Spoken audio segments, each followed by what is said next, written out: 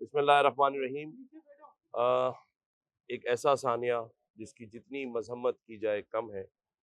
एक ही घर में अगर 2 जनाज़े बाप और बेटे के उठेंगे, तो हमारे पास या हमारी इस टीम के पास कोई ऐसे अल्फ़ाज़ तो नहीं हैं, जिससे हम इनके इस ऐसे ज़ख्म पर मरहम रख सकें। क्योंकि जब एक माँ जो अपनी आँखों से अपने शौहर का और अपने बेटे का जनाज़ा देखे और उन मासूम बच्चों का जो अपने बाप को और अपने दादा को देख कर निढाल हैं, अपने होश में नहीं है पूरा ख़ानदान। मेरी आज इनके घर आमद हुई। यहाँ एडिशनल आईजी भी मौजूद हैं, डीआईजी ईस्ट भी मौजूद हैं, एसएसपी साहब, डीसी, सारे ही लोग यहाँ आए हुए हैं और इनके ख़ानदान को और इनसे बात करके इस बात का यकीन दिला रहे हैं कि जो कुछ हुआ है उसके तो हमारे पास अल्फाज नहीं हैं, लेकिन कातलों को गिरफ्तार करने में कोई कसर नहीं छोड़ी जाएगी और इंशाअल्लाह ताला मुतहर्रिक है पूरी टीम।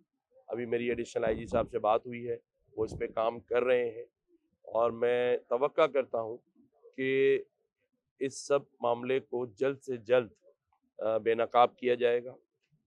ज़ाहिर है ख़ानदान वाले परेशान हैं, तो हमें इनका हौसला बढ़ाना है और मैं यहाँ जो डीआईजी ईस्ट हमारे अफसर मैसर साहब यहाँ खड़े हैं, बड़े ज़बरदस्त ऑफ़िसर हैं। एसएसपी ईस्ट के तौर पे भी इन्होंने काम किया है, इनकी बड़ी ग्रिप है यहाँ पर। एडिशनल आईजी साहब भी और एसएसपी भी सब लोग मौजूद हैं। मैं ये समझता हूँ कि हमें अगले 48 घंटे के अंदर ये मैं आज अभी आपके चैनल के तवज्जुह से कह रहा हूँ कि 48 घंटों के अंदर अंदर एडिशनल आईजी साहब आप इस पे कोई ना कोई रिजल्ट दें। डीआईजी साहब आप भी, क्योंकि ऐसे तो अब नहीं चलेगा। जाहिर है कराची एक 3 करोड़ आबादी का शहर है। बहुत सारे वजूहात हैं, बहुत सारे मामलात हैं, क्योंकि हम तनकीद तो करते हैं पुलिस पे, लेकिन जब इनके साथ बैठा जाए या इनसे पूछा जाए तो बहुत सारे वसाइल की कमी है। इतनी बड़ी पॉपुलेशन वाला शहर है, लेकिन इसका मतलब ये हरगिज़ नहीं है कि हम लोगों को, जो अवाम है, उसको ये एक्सक्यूज़ दें। उनको तो इंसाफ चाहिए और फौरी इंसाफ चाहिए और होता हुआ नज़र आना चाहिए। तो इंशाअल्लाह ताला ये होता हुआ नज़र भी आएगा। मैं एक बार फिर इनके ख़ानदान से, इनकी फैमिली से बहुत माज़रत ख़्वाह हूँ कि ऐसे शहर में जो अब ये कौन लोग हैं? ये अपना रोज़गार और अपना कारोबार चला रहे हैं, बगैर किसी गवर्नमेंट की सपोर्ट के। मतलब इस एरिया में होलसेल का कारोबार करना, अपनी मदद आप के तहत, बल्कि लोगों को नौकरियाँ देना और अपना घर और अपने ख़ानदान का घर चलाना। और एक 70 साल के आदमी को, जो भी कातिल हैं, मैं तो उनसे भी ये कहूँगा कि अल्लाह के अज़ाब से डरें कि आप किसी शख्स से अगर कुछ छीन भी रहे, तो छीनने की हद तक तो समझ आती है बात, लेकिन किसी को जान से मार देना, तो इसको हमें ये भी देखना होगा कि इसमें कोई ऐसी बैरूनी साज़िश भी शामिल हो सकती है, जहाँ जब-जब इस शहर में और इस पाकिस्तान में बड़े जो ऊपर बैठे हैं, वो ये कोशिश करते हैं कि बाहर से फॉरेन इन्वेस्टमेंट आए और वो आ रही है, उसी टाइम पर इस तरह के हालात पैदा कर देना और इन खबरों को फिर इंटरनेशनल मीडिया में ले जाना और ये दिखाना कि जो मईशत का शहर है, वहाँ ऐसे हालात हैं कि दिन दहाड़े लोगों को कत्ल कर दिया जाता है। तो उस नज़र से भी इसकी तहकीकात ज़रूर करेंगे, लेकिन 48 घंटे के अंदर मैं ये चाहूँगा कि इसके ऊपर हमें रिज़ल्ट नज़र आए और यही हिदायत मैं अभी कर रहा हूँ डीआईजी साहब को भी कि वो इस पर कोई ना कोई अमल करें। आपने हाल ही में इस्लामाबाद में बड़ी अहम मुलाकातें की हैं, वज़ीर-ए-आज़म से भी आप मिले हैं और बाकी वज़रा से भी मिले हैं। यकीनन बात कराची की ही हुई है जहाँ-जहाँ आपने मुलाकातें की। कस्टम्स छापे मार रही है, एफआईए मार रही है। अब ये बात अयां हो गई है कि कराची में बड़े पैमाने पे स्मगलिंग होती है। ये भी हो रहा है कि नॉन कस्टम पे चीज़ें बड़े पैमाने पे यहाँ पे यूज़ होती हैं। चीनी की चोरी भी यहाँ पे होती है, इन छापों से साबित हो गया है। आटा स्मगल होता है, ये भी इसी कराची शहर से, ये भी इन्हीं छापों से साबित हुआ है। तो आपकी जो बातचीत हुई है वजीर आजम से और वफाकी वज़रा से इन मसाइल पे, बिजली पे भी आपने बात की है, क्या नतीजा निकला? कोई नतीजा मिला या खाली बातें हैं? नहीं नहीं, कोई खाली बातें नहीं है। मैंने बल्कि इस वाक़ये से पहले वज़ीर दाखिला सिंध ब्रिगेडियर हारिस साहब को भी बुलाया था और वो मेरे पास जब आए तो मैंने उनको भी ये बातें की हैं और हिदायतें दी हैं कि आपने इस शहर और इस सूबे के अमन-ओ-अमान पे पहले तवज्जो देनी है।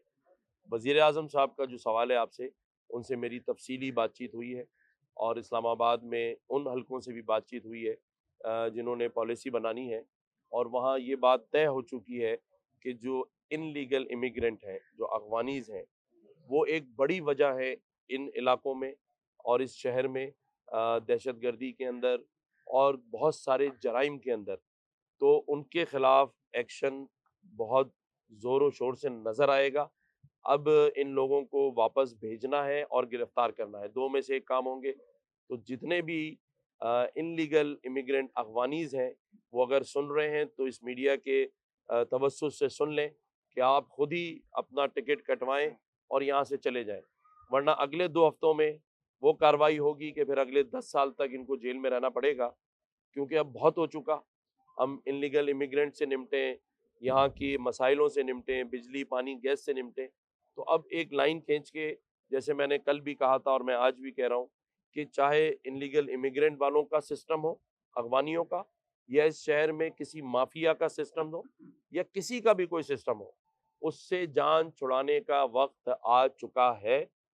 कुछ लोग शायद मुल्क से बाहर हैं, तो वो आने की गलती ना करें और कुछ जाने के लिए मैं समझता हूँ रास्ते तलाश कर लें, जो कि अब शायद उनको ना मिले, लेकिन अब बहुत हो चुका। ये लोग जो आज इस मसाइल का शिकार हैं, ये उसी सिस्टम की मरून मिन्नत है, जिसकी वजह से पाकिस्तान की मईशत और ख़ास तौर पे सिंध की, उसका भट्टा बैठ चुका है।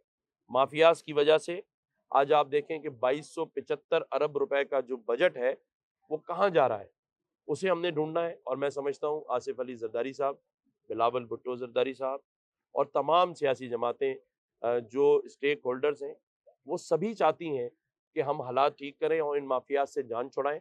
तो मैं समझता हूँ कि सभी मिल-जुल कर, आज ज़रदारी साहब का बयान भी आया कि सियासत तो होती रहेगी, पहले हमें मईशत ठीक करनी है। तो मैं उनके इस बयान को भी सराहता हूँ, क्योंकि यही बात डॉक्टर खालिद मकबूल सिद्दीकी भाई भी कर रहे हैं, यही बात जमात इस्लामी के सिराजुल हक साहब भी कर रहे हैं, मौलाना फजलुर रहमान साहब भी कर रहे हैं और हालिया दिनों में जो मैं लंदन गया था, तो नवाज़ शरीफ साहब ने भी यही बात की और मकसद भी सबसे मिलने का यही है कि हमें सियासत से दूर होकर पहले अपने इस मुल्क की मईशत का हाथ बटाना है और मईशत तभी ठीक होगी जब सब स्टेक होल्डर्स टेबल पर बैठेंगे और फैसला करेंगे। निगरां वजीर दाखिला ने ये ऐलान किया था अभी प्रेस क्लब में कि जो डकैतियों की जो वारदातें हैं वो शहर में 0% हो जाएंगी, मगर उनके इस बयान के बाद से लेके अब तक कराची में 43 अफराद जो हैं वो इसकी भेंट चढ़ चुके हैं।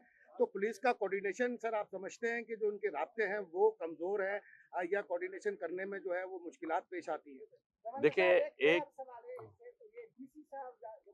साहबान है आपके, ये आप ही जो बैठे हुए गरीब लोग महंगी चीजें खरीद रहे हैं, तो इन पे क्यों नहीं कंट्रोल कर रहे हैं? ये एसीओ में बैठे हुए हैं, बस अयाशी कर रहे हैं, कुछ लोगों पे रहम करें। खुदा की कसम, लोग भूखे मर रहे हैं। आपको तो बहुत पता है, आप हर जगह पे जा रहे हैं। देखें, इस वक्त एक अच्छी टीम जिसकी सिलेक्शन हुई है, ख़ास तौर पे सूबे सिंध में, जहाँ एक अच्छे आईजी सिंध हमें मैसर हुए हैं। एडिशनल आईजी और डीआईजीज़ की और डिप्टी कमिश्नर्स की जो सिलेक्शन है, मैं समझता हूँ कि ये अपना काम कर रहे हैं, हमें इन्हें थोड़ा टाइम देना होगा, क्योंकि रिज़ल्ट किसी भी चीज़ का एक दिन में नहीं आ सकता। हाँ, अगर रिज़ल्ट नहीं आया तो तनकीद तो आप भी करते हैं, आवाम भी करेगी और हम भी करेंगे। इनसे हमने काम लेना है और काम लेने के लिए सबसे पहली चीज़ वो ये है कि हमें इन्हें भी हौसला देना है। इनके हौसले हमने पस्त नहीं करने हैं। अगर हम इनके ऊपर तनकीद करेंगे तो उसका सारा फ़ायदा मुजरिमों को होगा, क्योंकि जब ये अपनी फील्ड में निकलते हैं, देखें जितनी शहादतें पुलिस ने दी हैं, उसकी भी कोई मिसाल नहीं मिलती और सभी लोग अपना काम कर रहे हैं। हाँ, काली भेड़ें हर महकमे में, हर इदारे में होती हैं, सियासतदानों में सबसे ज़्यादा है। इसी तरह बाकी जगहों पे भी होती है, लेकिन किसी एक को मिसाल बना के पूरे इदारे के ऊपर तनकीद करना मुनासिब नहीं होता। मैं समझता हूँ कि अभी तहकीकात कर रहे ये ज़रूर है कि मैं ये ज़रूर हिदायत करूँगा आईजी साहब को भी और एडिशनल आईजी भी करे कि ये बैठकर तमाम लोग कोऑर्डिनेशन के साथ आपस में बैठें और एक मुस्तकिल हल निकालें और एक शॉर्ट टर्म हल निकालें। दोनों चीज़ों को हमें करना पड़ेगा।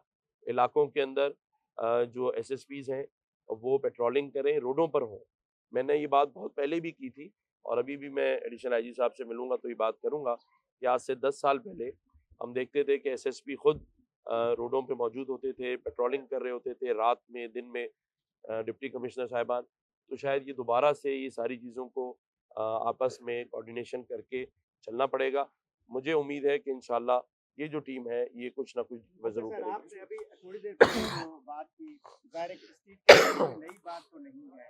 स्ट्रीट क्राइम बढ़ती जा रही है। सिर्फ अगस्त के महीने में आप देखें कि 30 अफराद कत्ल हुए, सिर्फ एक महीने में। यानी अगर मजमूई तौर पे देखें तो सिर्फ स्ट्रीट क्राइम के वाकयात में एक फर्द रोजाना शहर में कत्ल होता है, मजमूई तौर पे।